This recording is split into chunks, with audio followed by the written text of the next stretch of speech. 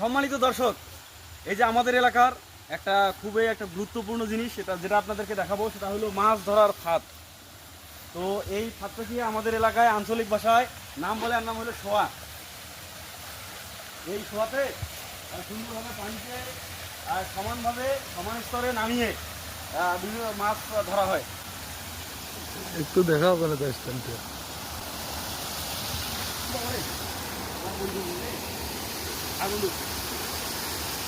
এই হলো শোয়া, শোয়ার উপর হলো সেতু।